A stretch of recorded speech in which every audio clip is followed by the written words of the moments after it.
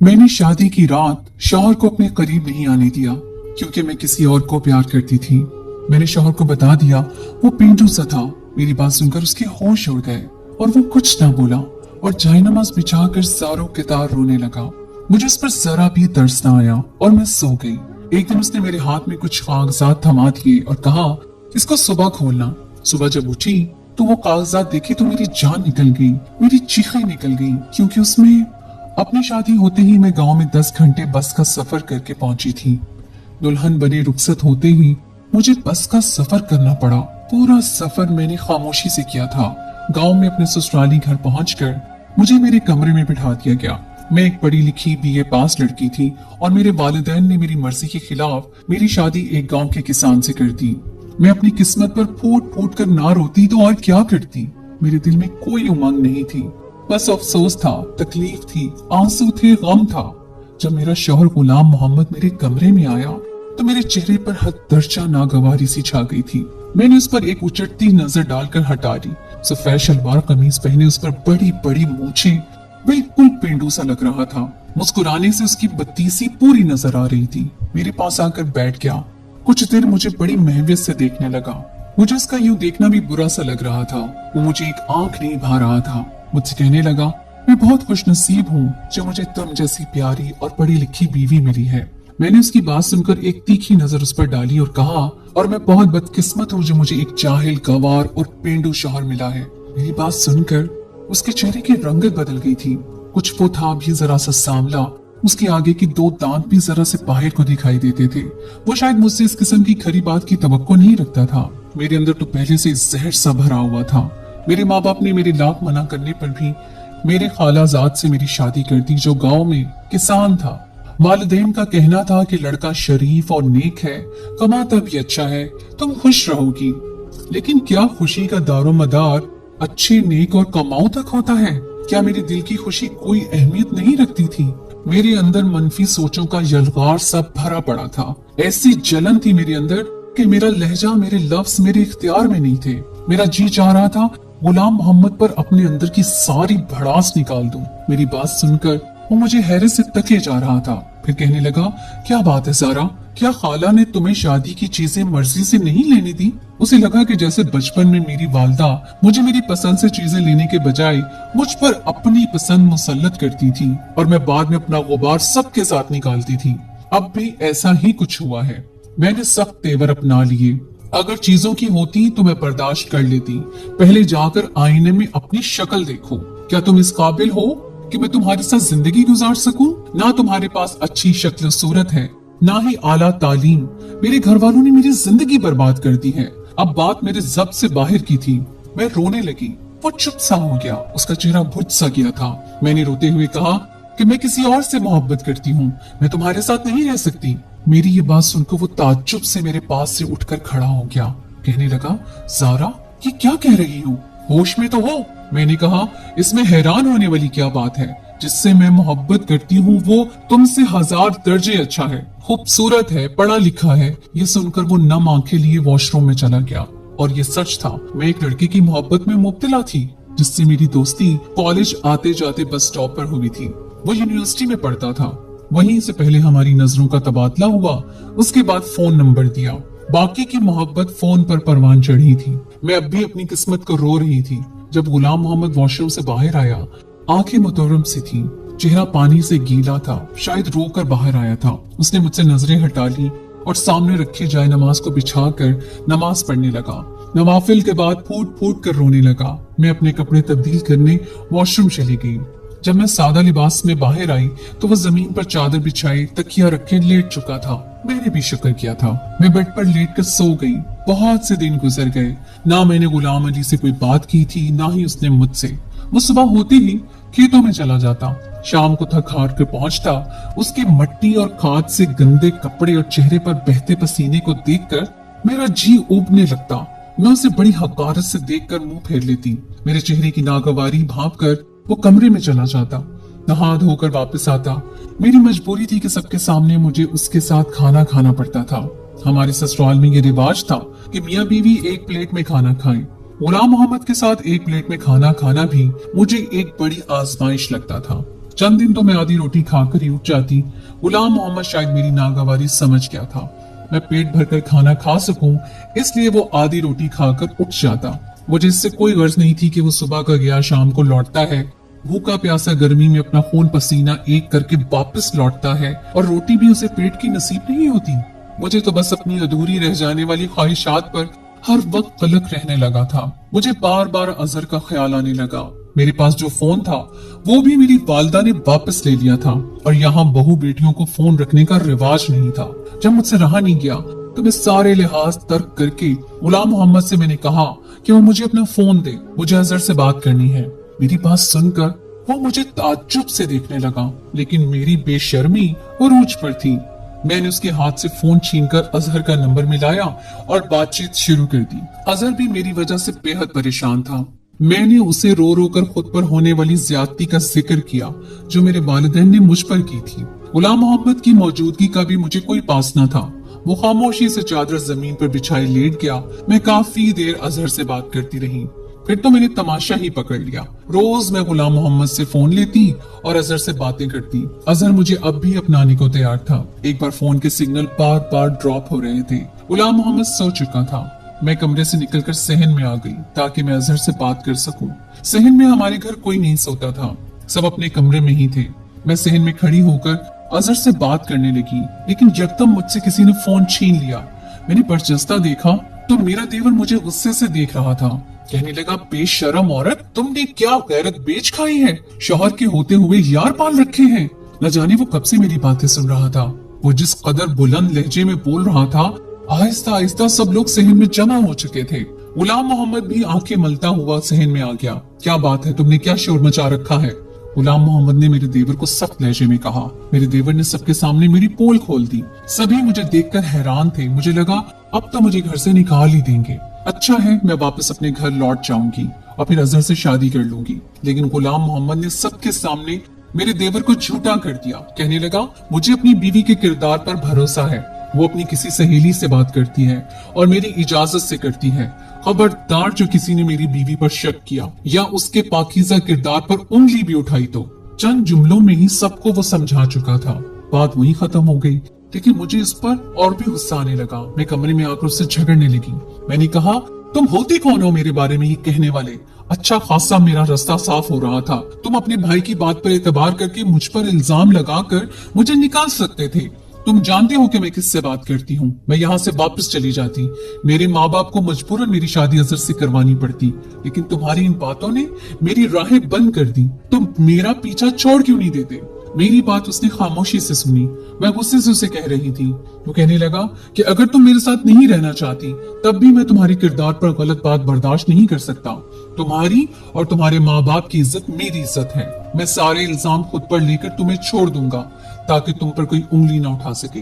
2-3 दिन में तुम्हें खुद शहर लेकर जाऊंगा। अगर वो लड़का तुम्हें इज्जत से अपनाने को तैयार है, मैं खुद पर इल्जाम लेकर तुम्हें खाला के घर छोड़ दूंगा और बाद में तलाक भी भिजवा दूंगा।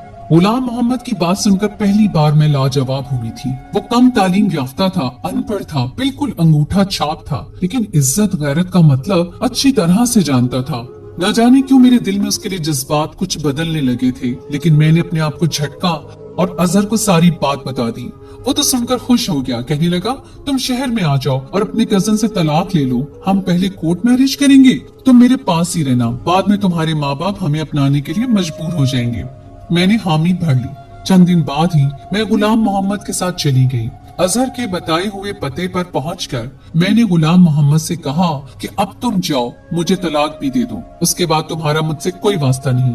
मैं अजहर से निकाह कर लूंगी। वो कहने लगा, मैं तुम्हारे लिए तलाक के गलीज लफ्जों को मुंह पर नहीं बोल सकता। मेरा ज़मीर इस बात की इजाजत नहीं देता। हाँ, मैं कागजी कार्रवाई कर दूंगा।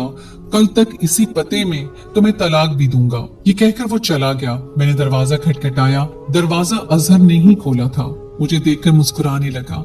मैं घर दाखिल हो गई, लेकिन घर में उसके घर वाले नजर नहीं आ रहे थे। हालांकि वो मुझसे कह रहा था वो मेरे बारे में सब कुछ अपने घर वालों को बता चुका है। मैंने खाली सहन देखकर पूछा कि तुम्हारे घर वाले कहाँ हैं? कहने लगा, अंदर आओ, बताता हूँ। मैं उसकी हमराही में ही अंदर कमरे तक गई। कमरे में 2 मर्द और मौजूद थे। मुझे देखकर कमीनगी सी हंसी हंसने लगी। उनमें से एक ने कहा, माल तो अच्छा है, इसकी कीमत मैं तुम्हें 3 लाख दूंगा। ये सुनकर तो मेरे होश उड़ गए। अजहर मेरी सौदेबाजी कर रहा था। मैं तो चक्कर खाकर रह गई। इससे पहले कि वो मुझे कमरे के अंदर धकेल कर कमरा बंद करता, मैंने बर वक्त अपना दिमाग चलाया और अजहर को धक्का देकर भागकर मेन गेट से बाहर निकल गई। वो तीनों मेरा पीछा करने लगे। गुलाम मोहम्मद अभी इतनी दूर नहीं गया था। उसे देखकर मैं उसे पुकारने लगी। उसने पलट कर मुझे देखा। मैं भागते हुए उसके पास पहुंची थी। मेरे पीछे इस वक्त 3 मर्द भाग रहे थे। रात का अंधेरा छा गया था। वो जगह भी सुनसान थी जहां अजहर ने हमें बुलाया था। मैं डरी सहमी गुलाम मोहम्मद के पीछे जा छुपी। वो तीनों मर्द हम तक पहुंच गए थे। गुलाम मोहम्मद से कहने लगे, इस लड़की को हमारे हवाले कर दो वरना तुम्हें जान से मार देंगे। उसने जवाब देने के बजाय उन्हें मारना शुरू कर दिया। बदले में वो लोग भी गुलाम मोहम्मद को मारने लगे। एक शोर सा मच गया। कुछ देर में लोगों का हजूम सा लग गया। खुदा की करनी ये हुई कि वहां से पुलिस मोबाइल गुजर रही थी। पुलिस को देखकर वो लोग भागने की कोशिश करने लगे लेकिन पकड़े जा चुके थे। पुलिस कब से उनकी तलाश में थी। वो लोग लड़कियों को अपनी मोहब्बत के जाल में फंसाकर आगे बेच देते थे। अल्लाह ने मुझे बचा लिया था। गुलाम मोहम्मद के होठों के पास जख्म हो चुका था। पहली बार मुझे उसके जख्म को देखकर दुख हुआ था।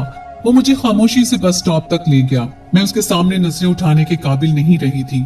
वो अनपढ़ होकर भी बाज़र्फ निकला था। मुझे अपना आप उसके सामने छोटा सा लगने लगा। वो मुझसे पूछने लगा कि ज़ारा कहाँ जाना चाहती हो? अपने वालिदैन के पास।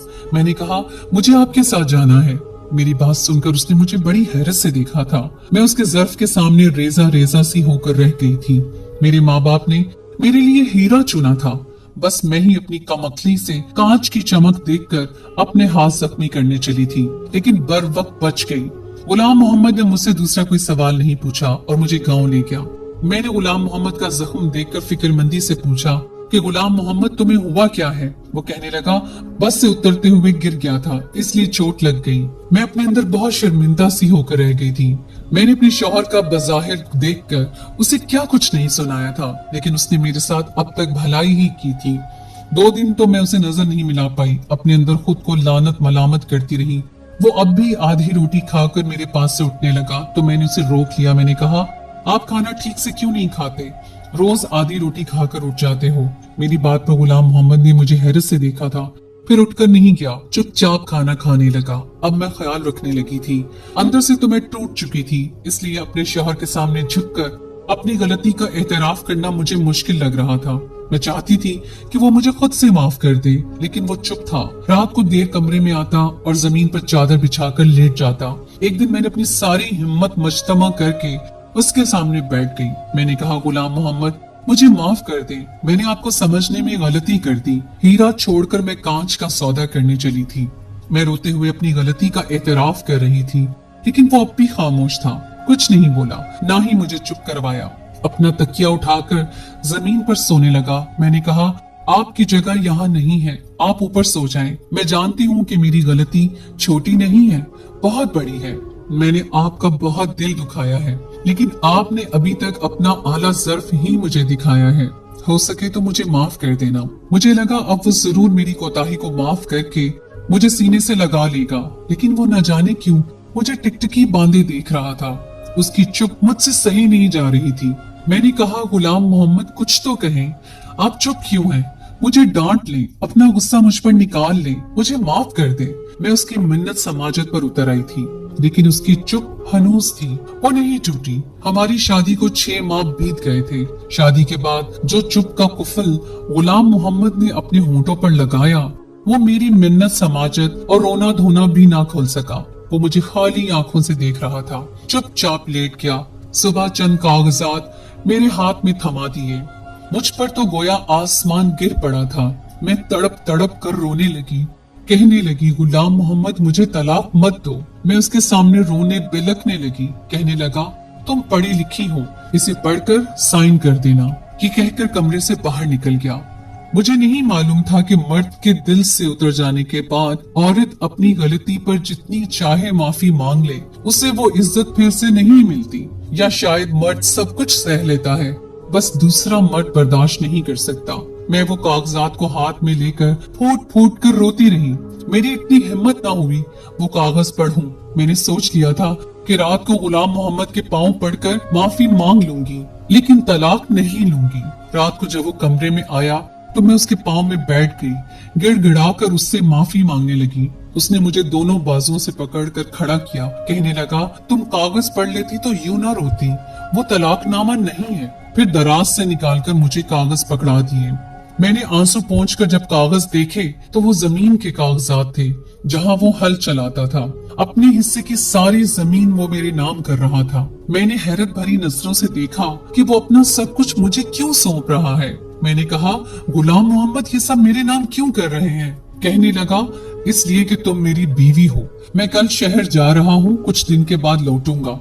गुलाम मोहम्मद ने मेरे लाख मना करने पर मुझे साइन करवा लिए। अगले रोज वो शहर चला गया। 4 दिन मैंने बड़ी बेसब्री से उसका इंतजार किया था। वो वापस तो आया, लेकिन घर में कोहराम समझ गया था। शहर से गुलाम मोहम्मद की मैयत गांव आई थी। मेरी तो दुनिया ही उजड़ गई थी। उसका एक शहरी दोस्त उसकी मैयत लेकर आया था। उसी ने बताया कि पिछले 2 माह पहले ही गुलाम मोहम्मद को मालूम हुआ कि उसे कैंसर है, वो ज्यादा दिन नहीं बच सकेगा। ना जाने पिछले 6 माह से कौन सा अमल उसे खाए जा रहा था, जिसका नतीजा उसकी जान ही ले गया। मुझ पर तो गशी के दौरे पड़ने लगे थे। 2 दिन बाद मैंने कुछ होश संभाला तो एक खत मुझे मेरी सास ने दिया। कहने लगी, ज़ारा, ये गुलाम मोहम्मद के दोस्त ने दिया है। कह रहा था, गुलाम मोहम्मद ने तुम्हारे नाम भेजा है। ये सुनकर मुझे हैरत का झटका लगा था। मैंने अपनी सास से कहा कि खाला, गुलाम मोहम्मद तो अनपढ़ था, फिर खत कैसे लिखा? उसने कहा। उस पर खाला ने मुझे ताज्जुब से देखा और कहा, तुम्हें किसने कहा कि गुलाम मोहम्मद अनपढ़ था? उसने 10 जमातें गांव के स्कूल से पास की थी और 14 जमातें प्राइवेट पढ़ी थी। साथ ही साथ अपने बाप का बाजू भी बना रहा। मैं तो सुनकर दंग रह गई थी। मैं शादी से पहले कभी गांव नहीं आई थी। मुझे लगा खाला के सब बच्चे अनपढ़ ही होंगे। खाला कहने लगी, तुम्हें गुलाम मोहम्मद बचपन से चाहता था। कहता था, अम्मा, ज़ारा तालीम हासिल कर रही है, इसलिए मुझे भी आगे पढ़ना है। कल को जब वो मेरी बीवी बने तो उसे लोगों के सामने ये शर्मिंदगी ना उठानी पड़े कि उसका शौहर अनपढ़ है, जाहिल है और गवार है। मुझ पर ये इनका शफात किसी हथौड़े की तरह से लग रहे थे। आज तक मुझे गुलाम मोहम्मद ने ये नहीं बताया था कि वो भी पढ़ा लिखा है। मैंने वो खत लिया और खोलकर पढ़ने लगी। ज़ारा, मैंने आज तक तुम्हें नहीं बताया कि मैं तालीम याफ्ता हूँ, क्योंकि तालीम हासिल करना हर शहरी का हक है और जरूरी भी। फिर इन बातों को सबके सामने जताया जाए कोई जरूरी तो नहीं होता। मैंने जब से होश संभाली अपनी माँ को यही कहते सुना कि वो तुम्हें अपनी बहू बनाना चाहती है, इसलिए मेरे दिल में तुम्हारी मोहब्बत की कौंपल बचपन से ही फूटने लगी थी। जैसे जैसे मेरी उम्र बढ़ती रही, मेरी मोहब्बत भी परवान चढ़ती रही। कब मेरी मोहब्बत एक तनावर दरख्त की तरह मेरे वजूद में अपनी जड़ें पकड़ चुकी थी, मुझे अंदाजा ही नहीं हुआ। मुझे जब भी अम्मा ये कहती, ज़ारा पढ़ रही है, तो मुझे भी पढ़ाई का शौक होने लगा। जब वो ये कहती, ज़ारा को खाने में ये पसंद है, मुझे वही चीज खाने में अच्छी लगने लगी। मैं शायद गलती से तुमसे इश्क कर बैठा था ज़ारा, इसलिए शादी की रात तुम्हारे मुंह से सब बातें सुनकर मुझसे बर्दाश्त ही नहीं हुआ। मैंने आज तक कभी आंसू नहीं बहाए थे। रोना तो बहुत दूर की बात है, हर हालात का डट कर मुकाबला किया था, लेकिन उस दिन तो मैं टूट कर ही रह गया था। मर्द सब कुछ सह सकता है, लेकिन अगर लड़की शादी की पहली रात ये कह दे कि वो शौहर के बजाय किसी और से मोहब्बत करती है, तो शौहर का मान एतबार चिकनाचूर हो जाता है। मैं भी टूट चुका था। फिर मैंने तुमसे मोहब्बत भी बहुत टूट कर की थी, इसलिए जब तुम मेरे सामने अपने आशिक से बातें करती, ऐसी बातें जिन पर शौहर होने के नाते मेरा हक था, तो मेरा दिल खून के आंसू रोता था। कब ये गम मुझे कैंसर में मुब्तला कर गया, मुझे पता न चल सका। मैंने अपनी सारी जमा पूंजी तुम्हारे नाम कर दी कि कहीं मेरे मरने के बाद तुम्हारे साथ कोई हक तलफी ना कर सके। तुम आजाद हो ज़ारा, पूरी इज्जत के साथ तुम्हें कोई भी अपना सकता है। मेरी मोहब्बत शायद मेरा मसला थी, इसलिए कब्र तक मेरे साथ जाएगी। खत पढ़ते हुए मैं ज़ारों के तार रो रही थी। ये मैंने क्या कर दिया, क्यों कर दिया? मैंने सोचा समझा क्यों नहीं। मेरी बेतनाई ने मेरे शौहर की जान ले ली। मैं धाड़े मार मार कर रोने लगी। मेरी सास मुझे देखकर घबरा सी गई, कहने लगी, ज़ारा ऐसा क्या लिख दिया था उसने? मैं क्या जवाब देती, क्या कहती कि मैंने क्या खो दिया है? मुझे अकल तब आई जब मैं खाली और तहे दामन रह गई थी। मैं रोते हुए खुद कलाम थी, काश गुलाम मोहम्मद तुम्हारी जगह मैं मर जाती। गुलाम मोहम्मद, तुमने मुझ जैसी खुदगर्ज से क्यों मोहब्बत कर ली? काश कि तुम जिंदा रहते, तुम्हारे बदले मैं मर जाती। मेरे आंसू नहीं रुक रहे थे, मैं हिज़यानी की कैफियत से गुजर रही थी। एक वफा गुलाम मोहम्मद मुझसे निभाकर मनो मट्टी तले जा चुका था और एक मोहब्बत निभाने का मैंने अहद कर लिया था।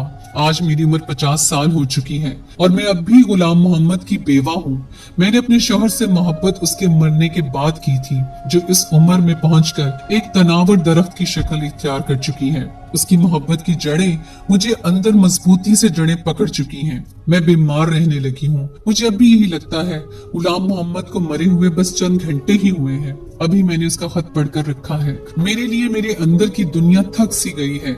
मेरा जख्म आज भी हरा है। मेरे दुख में कभी कमी नहीं आ सकी। मेरी उन लड़कियों से गुजारिश है जो अपनी आला तालीम को सर पर सवार कर लेती हैं और अपने कम तालीम याफ्ता शौहर को हकारत से देखती हैं कि खुदारा अपने शौहर की कदर करें। जितना मुखलिस वो आपसे है, कोई सड़क छाप आशिक नहीं हो सकता। जो शख्स आपको इज्जत से ब्याने के बजाय कोर्ट मैरिज का मशवरा दे, वो आपको बेच खाएगा। काश कि ये बात मैंने पहले समझी होती तो शायद गुलाम मोहम्मद आज भी जिंदा होता।